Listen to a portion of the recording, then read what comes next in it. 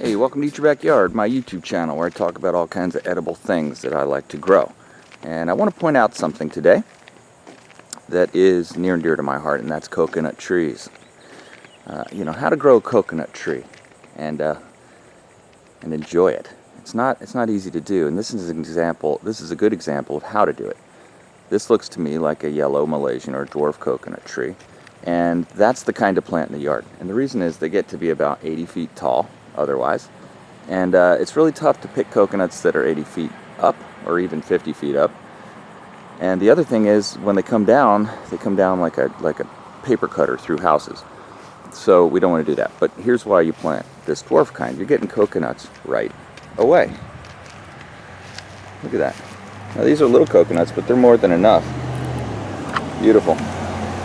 Beautiful. Tons of them. Is that enough coconuts? I think so. I mean, it looks like plenty of coconuts to me. You know, when I've planted these before, I've had great results. Getting more than enough coconuts and having plenty to give away. You know, how many coconuts can you eat? Probably less than one. One thing that does happen with these coconut trees, they get this black spot on the fronds. I think it grows fast enough that that's not even much of a concern. You can fertilize it with a nitrogen-rich fertilizer and get pretty good results.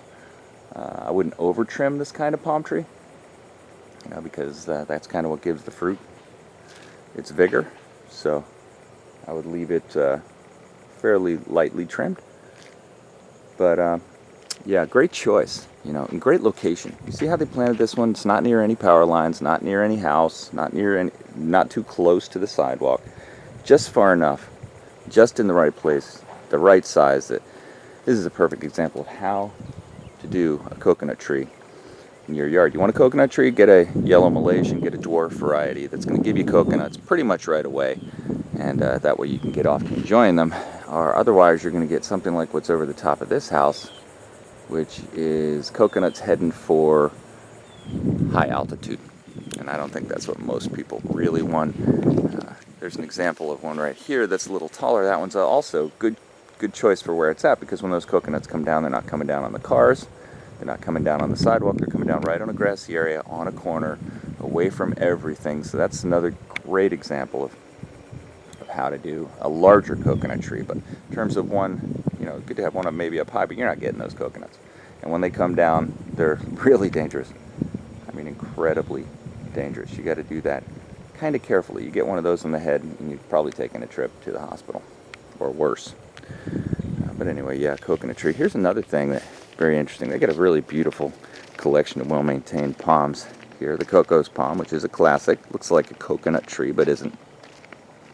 The Pindo palm, which has a really delicious edible fruit on it. I don't know if you can see it. It grows actually in colder climates too. It has this weeping structure to it. Those little yellow fruits are delicious. They taste like something like a pineapple and a banana. So well worth it. Well worth growing.